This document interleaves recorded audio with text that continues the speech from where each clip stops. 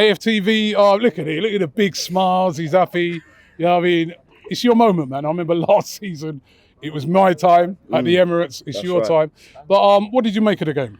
First of all, no. You know I'm quite fair in it. So I'm going to get to the actual breakdown and be, calm and stuff.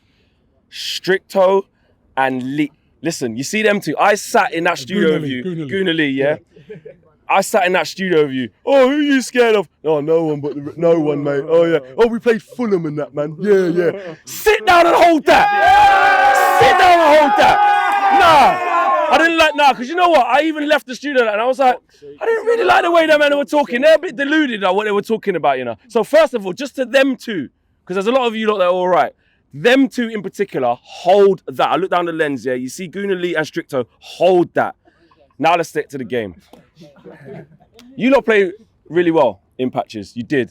You got a system. You got a manager who has worked on his team.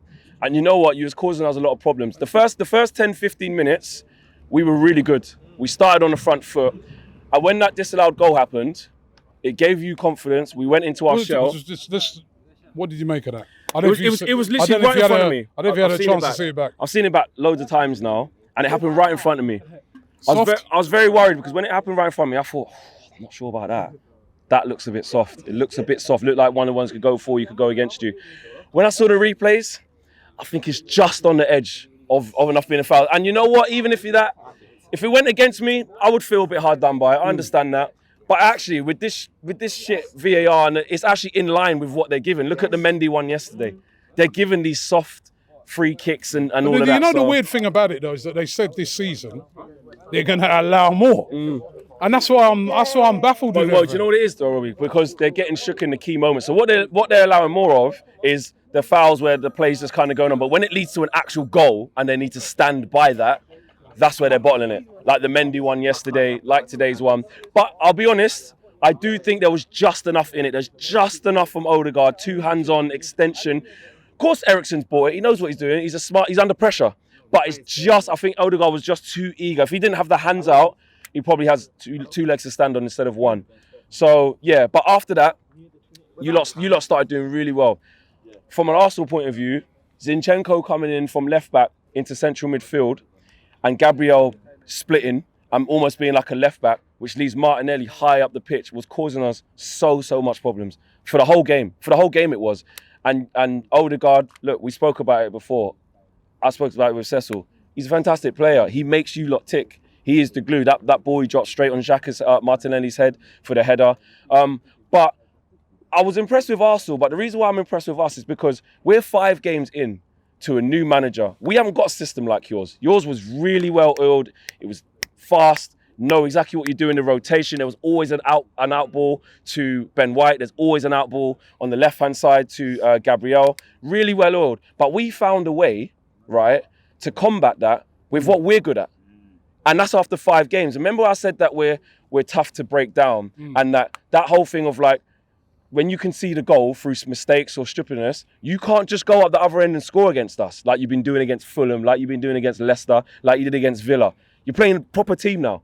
And that's what we are. We're starting to look like a proper team. We did go and score against you. Yeah, but then and then it ran out. Then it ran out because then we scored. Then you had no answer. Then we scored again. That's what I'm saying. You can't keep relying on that. Like, don't worry, we'll get out of trouble because we'll go and score. And I think Arsenal, although there's a lot of positives from Arsenal's point of view, it was kind of the same old naivety that killed you today. And with us, we just stuck to our guns in terms of we know the players that we've got that can hurt you. And this is what I was trying to tell your guys in the studio about when you said, are you scared of Arsenal? That's why I said, no, I'm not scared because I know what we've got in attack. And I know that on the big games, when teams come and put it on us as well, that's where we come into our element, like Liverpool. Rashford, space to run in behind. Do you know what I mean? Anthony, first game. Listen, a couple of times you lot were laughing at him in the corner. He gives a little flick and Zinchenko don't know where it is and Dalot crosses it and we get a chance.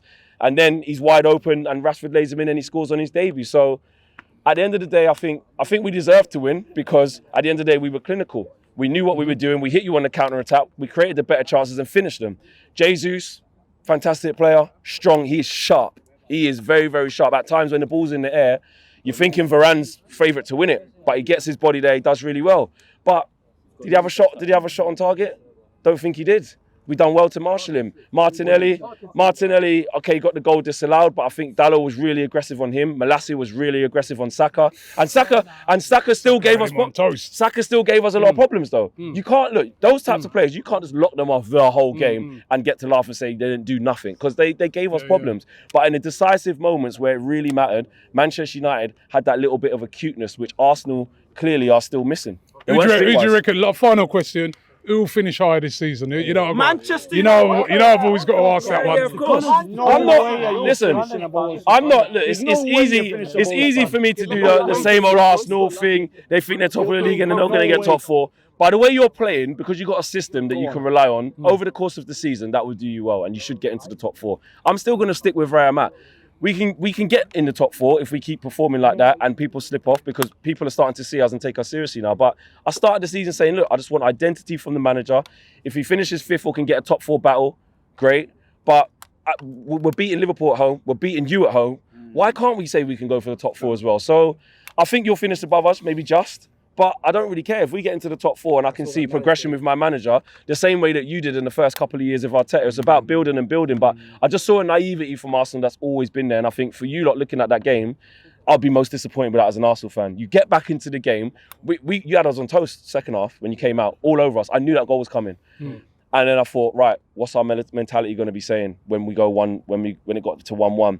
And again, you go for it, but again, naive, letting people run in behind you, and then the third goal killed it. So, yeah, I think you probably might just finish above us, but honestly, I don't really care. I just care about, in these big games, can we show up and can we show progression? But like I said, Gunnar Lee and Stricter, you lot are in the... You said to me, you don't fear nothing coming to there.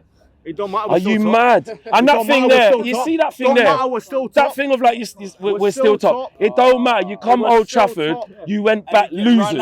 After, remember, these guys told me they didn't fear nothing. They said, we asked them what happened. Fear that. Fear and... Hold on, no. Fear, no. Don't listen. Don't do what Stricto done and make yourself look an idiot, yeah? Trust me. Stricto and Lee, yeah? No. Shop for AFTV merch at shop.aftv.co.uk. Subscribe to us on YouTube. Follow us on Instagram, Facebook, Twitter, TikTok, Snapchat, and Twitch. We've got content for every platform, so check it out.